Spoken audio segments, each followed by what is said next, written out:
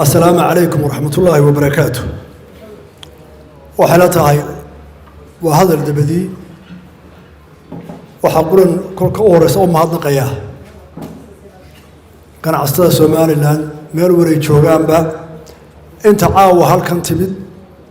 iyo inta liiskooda la keenay iyo inta maqaanay haaban doonta aad iyo aad baan ugu mahadnaqayaa waxay ka soo baxeen waajibkoodii islaamnimo waxay ka soo baxeen waajibkoodii walaalnimo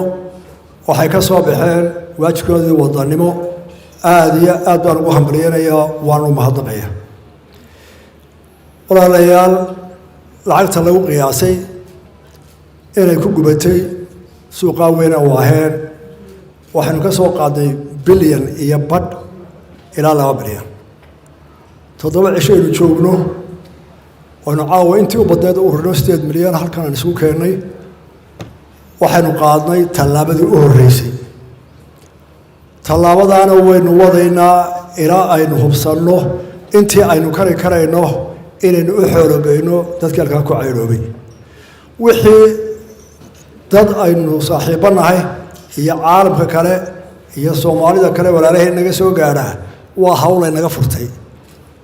waxaanu dhahnaa Soomaaliga xaajo lina u galgasha tolla waa irkiya arinta inaga u galgalanayna dadku inagu ina sugayaa cidii ina irkiisa waxa lagu dartaana way maadsan tahay sida aabilowdana isku tashagina waa tiileedii ka sugaayay waa tale inaga sugaayay waa maadsantiin waxaan aad iyo aad u kalsoonahay oo runtii niyadayda aad iyo aad u soo qaaday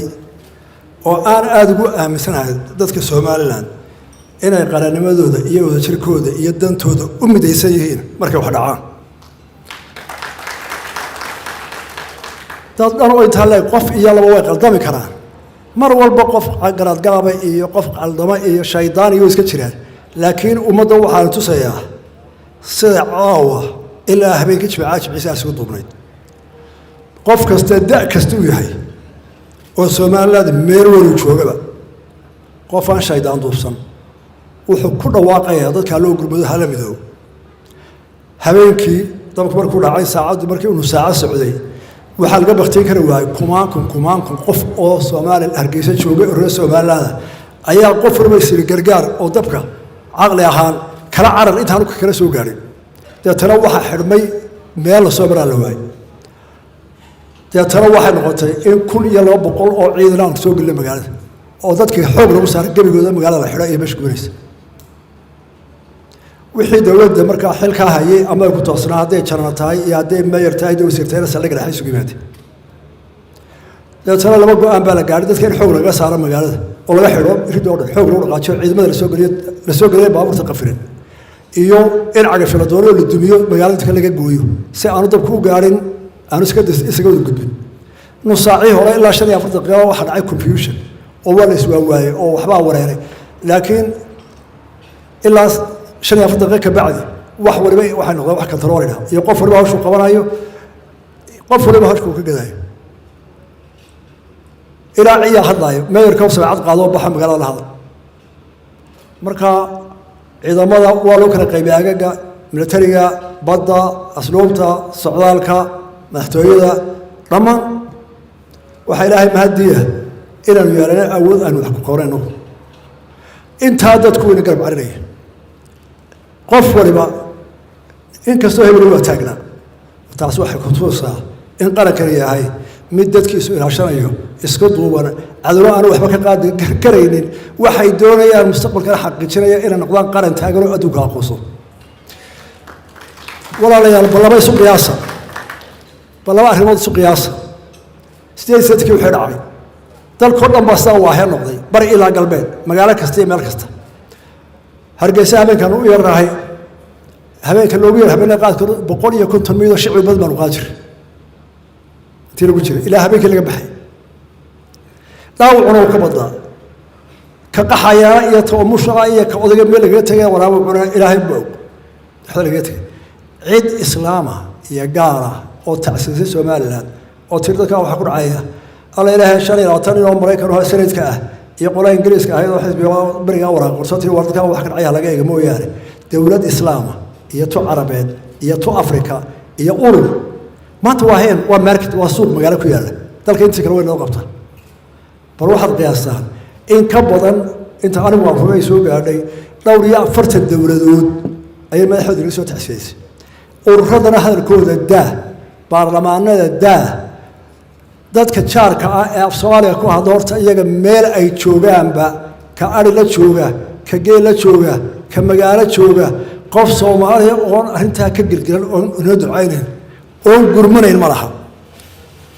waxa arkay laba nin oo kilka sharaado gabayaya oo sida arinta uga murugoonaysa uga tirinayaan mid laan bad baa midna xasan nuur baa leeyahay sidoo uga gabayaan ee arinta ugu hadlayaan adigu adyaabsi ficayso waxaan dhageystay dumar Jabuuti jooga oo dumarka sariflayaasha ah oo say uga hadlayaan adyaabto dawladda iska dhaaf xamar baad arkaysaa dadka jooga ee shicibka ka Puntland jooga ka Kismaayo jooga bal ummadda Ilaahay af Soomaaliya ku hadashay iyaba waa nasri iyo intaas oo dawladood oo caalamka ku qaabsan baa inaga soo taxsiin soo gurmaday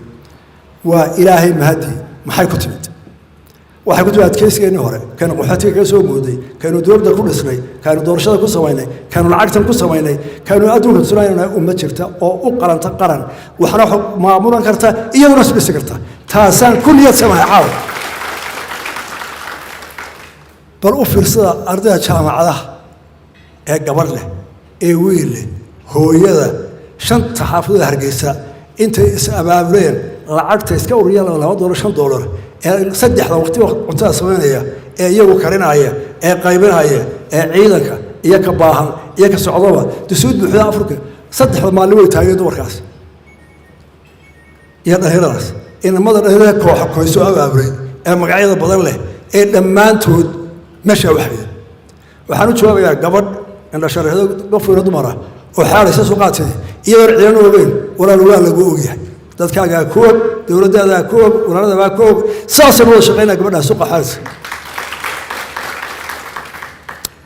inta waxaan ku darayaa madaxdiisa oo taxsiisay waxa jaarku ugu soo horeeyeen waxayna soo hadlay xamar labada madaxda oo way ka soo hadleen madaxweynaha iyo ra'iisul wasaaruhu madaxweynaha محمد عبد الله فرماجو وصوعي وإجا تعسيدي وهو ما هضقي وحنا نسكو كل واه مالنتي سوال لماذا يو ما مالنتي سياسة دوت كم تنتهي أجي أدوان كاج ما هضقي تعسيده حيصوعي برايم مينستر كنا هو تعسيدي وهو ما هضقي برايم مينستر كنا حكومة رئيسه وحنا هنا العقد ليدن صادري وبنك أدونكو بري هرا صادري وصوا هوري إنك الحياة سافروا وجها هل كان يعلي lacagta waxaan ku dadaalay in la soo diro maadaama rootiga qabso waxaan ku ruuxaad ku soo dirtaa degdeg si loo soo saari karayaba iyo wata noogu horeysan suuqa waxaan wax ka qabanayne ninka diidan ninka murmaya waxa tiraahdaa gabigeeda waxa la gelinayaa hawsha ugu horeysa suuqa gubtay way ku dadaalay way soo direen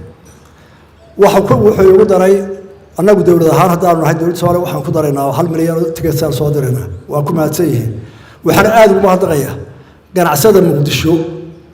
ee markiiba shiray aad iyo aad baan shacabweynaha Muqdisho ugu mahadnaqayaa Soomaaliya ee degdega iyo dareenka muujiyay iyo meel joogaanba Soomaaliyeynta ama Kismaayo ha joogo ama Jigjiga ha joogo ama Qalaafa ha joogo ama Qabri ha joogo dhagaxbuur ha joogo ama Jabuuti ha joogo ama Carisabe ha joogo ama Reeb ha joogo meel kasta uu joogo Boosaaso Puntland aad iyo aad baan u walaalayaal ka guddoon dareenka walaaltinimo ee muujiseen iyo gurmadka gasheen aad iyo aad baan ka mahadnaqaynaa waana tii la isku lahaa nin walbana maanta dadka asaasa inoo dhaxay inuu gurmano hore war soo gurman jiray taana intaasaan ku daynayaa waxay noo balana talabadaas aynu qaadnay intaasay leegtahay ilaa aynu hubsano meel alla wax ka keenaba inaynu dhamayno waxaynu qaban karayno inaynaan ka daalin oo shirka inoo joogo mid baan ku darayaa waxaan ugu dhacay COVID dawladda waxa iska rab taagay afar oo baaciftana waa run waa afarta ugu lacag badan waa shanta ugu lacag badan waa shan magac la yaqaan marka wax dhacaanba waa dhab laakiin intaasoo ganacsata oo heerka ku xigtaa joogto oo xilka saarin caawa la iskooda la soo qoray oo ay hay'ad iyagu la iskeenaan waxaan ugu dhacday abaartiyo beedamiski shantaas baa wax dhaamay dahabshiil telesom maxamed saciid اللهم صل على محمد ومار waxa ku soo biiray laba foundation Faro iyo sahmiye oo mar walba heegana haddii shan intaa la eego maalin walba haddii iyagoo qura lagu ciiro dee ma noqonaysa caawa waxaa kusoo kordhay aftiinaa kusoo kordhay caawa maasha allah rag badan oo dhexe oo dee lacag badan haystaa jira waa inay isxir saaraan oo iyagaa inta ka furtaan oo marka wax dhacaan nin walaba qaybtaada intaada kor u qaado kusoo dar waanu kuma hadlaqayaa shirkadaha waaweyne koonfurkii iyo biadamiska ilaa hadda la wado iyo tan in haysato madax ka noqdeen iyo inagoo wadi doona ilaa aynu meel ka gaadhino horumad bay u ahaadeen ganacsada kalena ku dayto taana waan faraya ganacsada inay xilisa saaraan wixii aan shantaa waaweynahay aad iyo aad baan umahadnaqay dhammaan shacbiga somaliland iyo odayaashiinan labada guddiyaasha hawshaan galay waxaan aad ugu mahadnaqayaa ciidamada qaranka waxaan ugu mahadnaqayaa madaxdooda habeenkii hawsha ay galeen iyo degdega sidii ciidan ugu arki jiray waana wax ciidan loo dhistay aad iyo aad baan igana ugu mahadnaqaynaa aad baad mahadsantihiin allah ina barakeeyo wasalaamu calaykum waraxmatullahi wabarakaatu